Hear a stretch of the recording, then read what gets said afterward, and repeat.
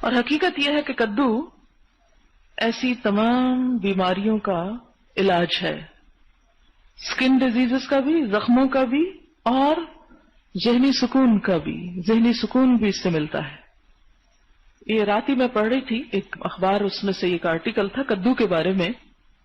کہتے ہیں کہ ایک شخص پاگل ہو گیا، دیوانہ ہو گیا، گرمی لگ گئی تھی اس کو، پتہ نہیں سن سٹروک ہوا اور اس کے بعد پاگل پن بھی ہو گیا. تو اتنی شدت تھی پاگل پن کی کہ جسم میں اتنی قوت کے بغیر کھائے زنجیریں توڑ دیتے. 8-10 آدمی مل کر پکڑتے اور انجیکشن لگاتے.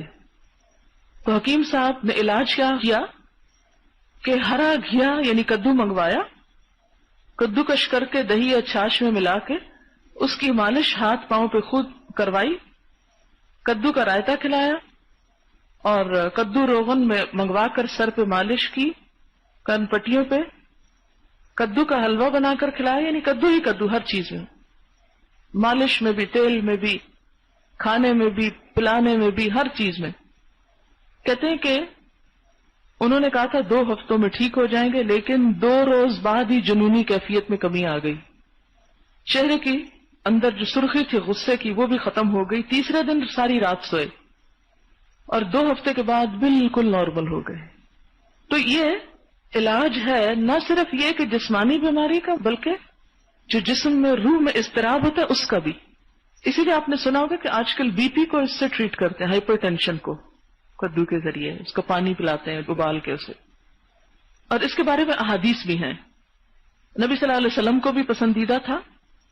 ہشام بن عروہ اپنے والد سے روایت کرتے ہیں کہ انہوں نے حضرت عائشہ سے کدو کے بارے میں پوچھا تو انہوں نے فرمایا کہ مجھے مخاطب کرتے ہوئے نبی صلی اللہ علیہ وسلم نے فرمایا تھا، اے عائشہ جب خشک گوشت پکاؤ تو اس میں کدو اضافہ کے لیے ڈال لیا کرو، کیونکہ یہ غمگین دل کو مضبوط کرتا ہے.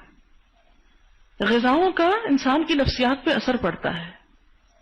حضرت عطا بن ابی رباح روایت کرتے کہ نبی صلی اللہ علیہ وسلم نے فرمایا تمہارے لیے کدو موجود ہے، وہ عقل کو بڑھاتا اور دماغ کو طاقت دیتا ہے.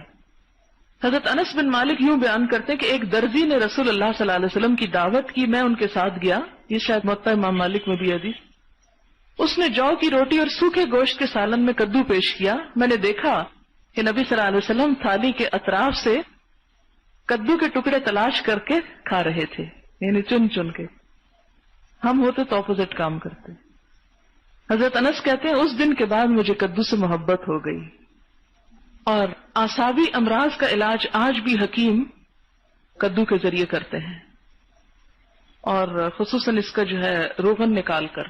اور بہت ساری بیماریوں کا یہاں لکھا ہوا کہ کس کس بیماری کا علاج ہو سکتا ہے اس کے ذریعے.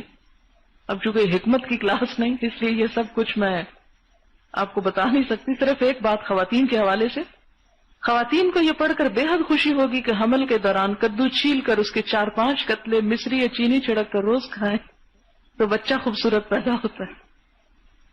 اور اس کے علاوہ بہت ساری اور باتیں